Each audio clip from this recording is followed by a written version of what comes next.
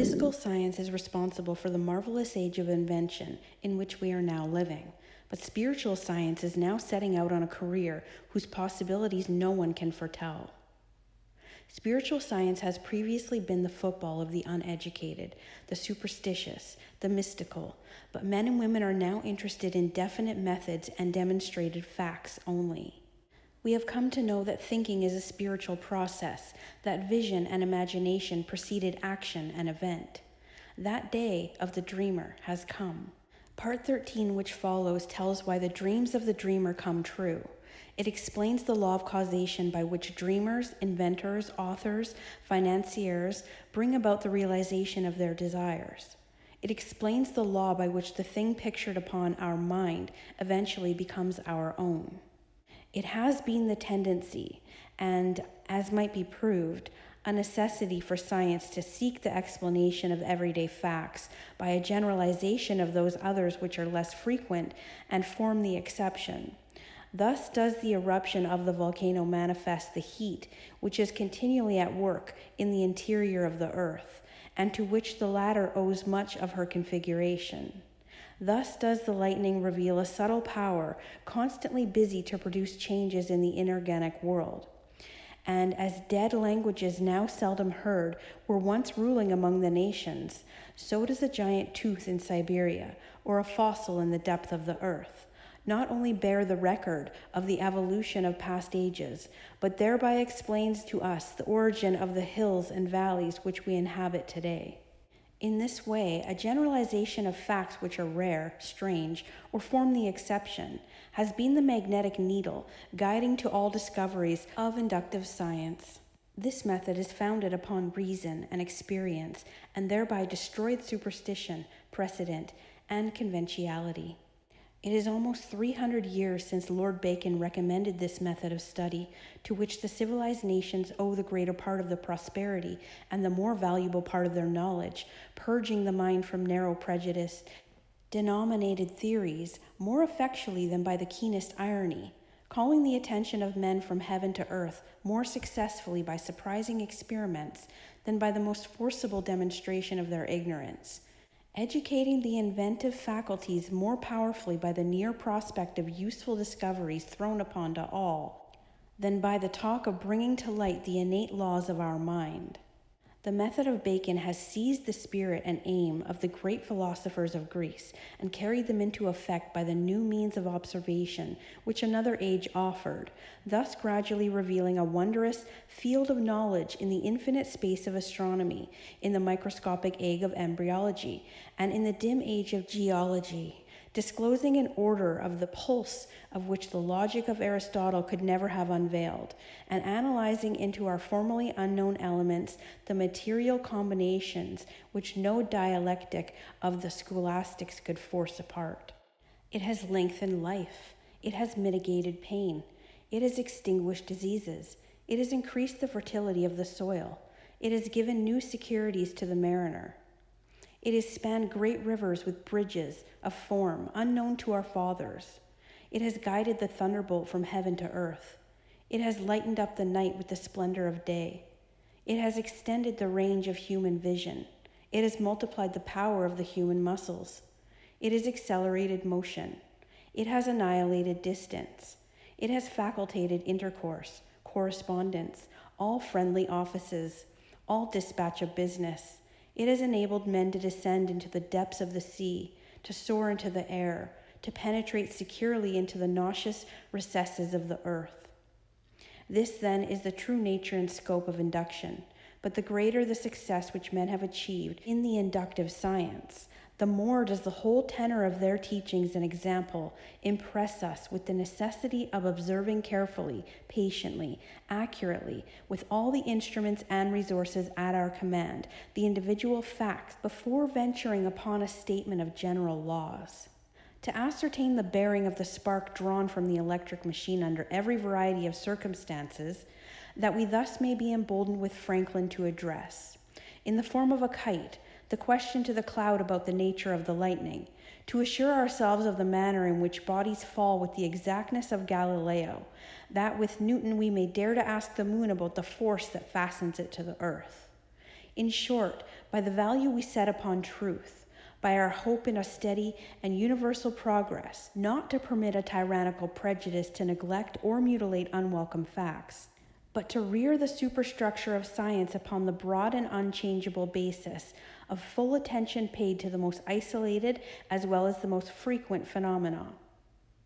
An ever-increasing material may be collected by observation, but the accumulated facts are of very different value for the explanation of nature. And as we esteem most highly those useful qualities of men which are the rarest occurrence, so does natural philosophy sift the facts and attach a preeminent importance to that striking class which cannot be accounted for by the usual and daily observation of life. If then we find that certain persons seems to possess unusual power, what are we to conclude? First we may say, it is not so, which is simply an acknowledgement of our lack of information, because every honest investigator admits that there are many strange and previously unaccountable phenomena constantly taking place.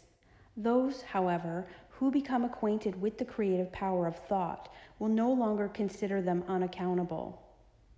Second, we may say that they're a result of supernatural interference. But a scientific understanding of the natural laws will convince us that there is nothing supernatural.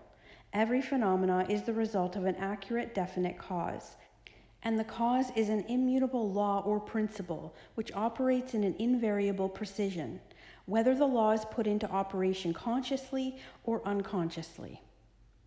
Third, we may say that we are on forbidden ground, that there are some things which we should not know.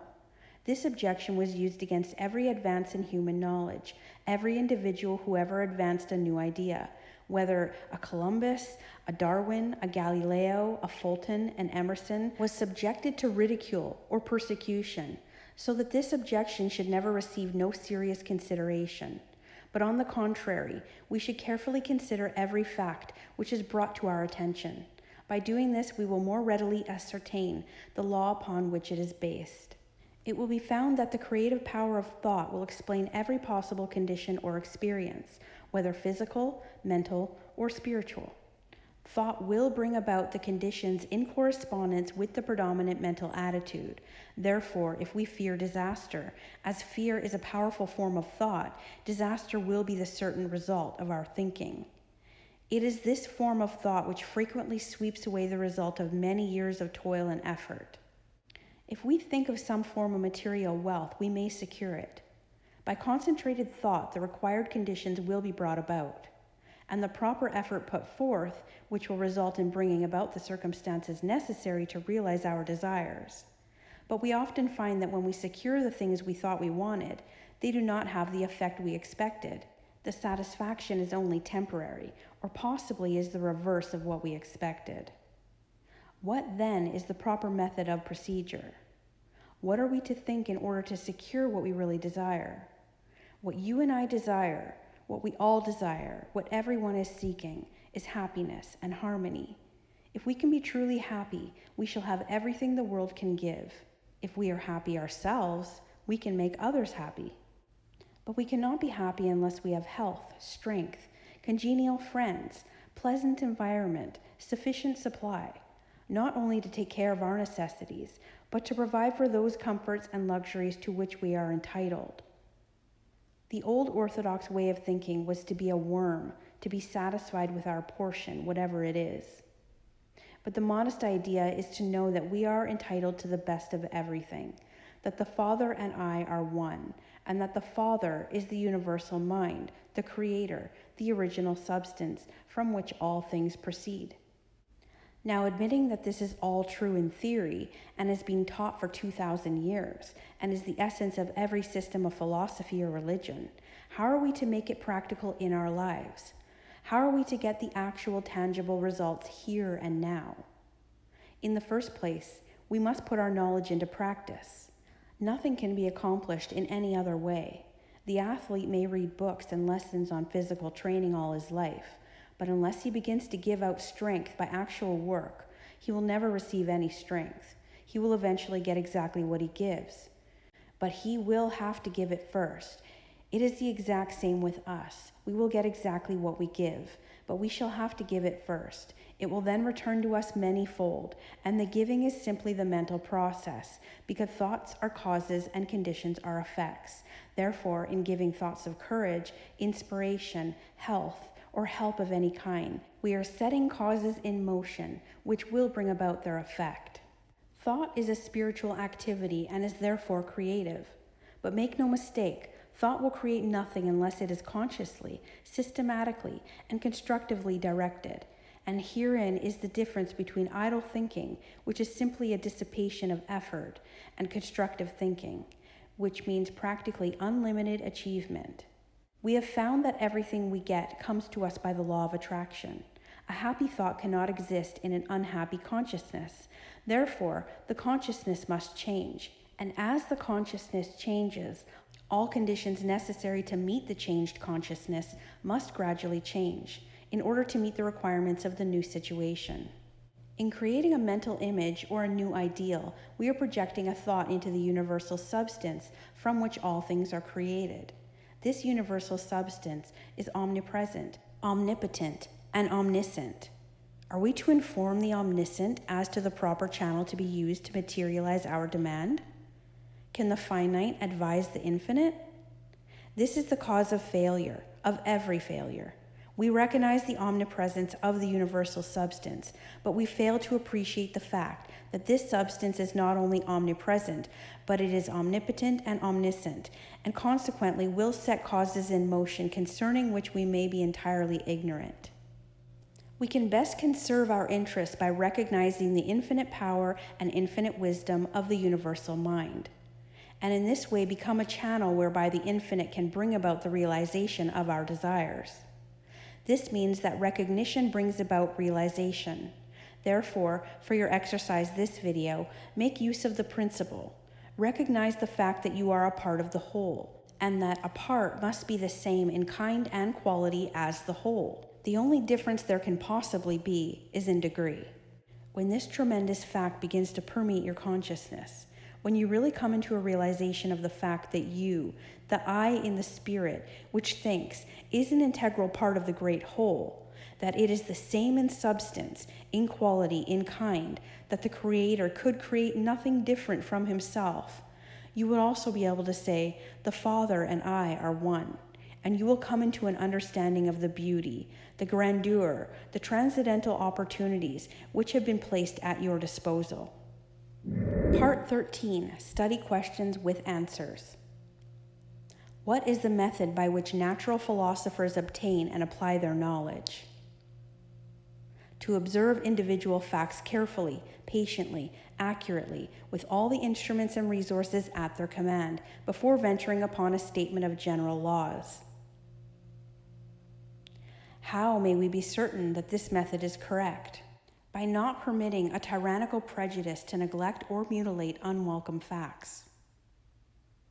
What classes of facts are esteemed most highly? Those which cannot be accounted for by the usual daily observation of life. Upon what is this principle founded? Upon reason and experience. What does it destroy? Superstition, precedent, and conventionality. How have these laws been discovered? By a generalization of facts, which are uncommon, rare, strange, and form the exception. How may we account for much of the strange and heretofore unexplainable phenomena which is constantly taking place? By the creative power of thought. Why is this so? Because when we learn of a fact, we can be sure that it is the result of a certain definite cause, and that this cause will operate with invariable precision. What is the result of this knowledge? It will explain the cause of every possible condition, whether physical, mental, or spiritual. How will our best interests be conserved? By a recognition of the fact that a knowledge of the creative nature of thought puts us in touch with infinite power. So, what do you think? Let me know in the comments if you agree or feel differently. And thanks for watching.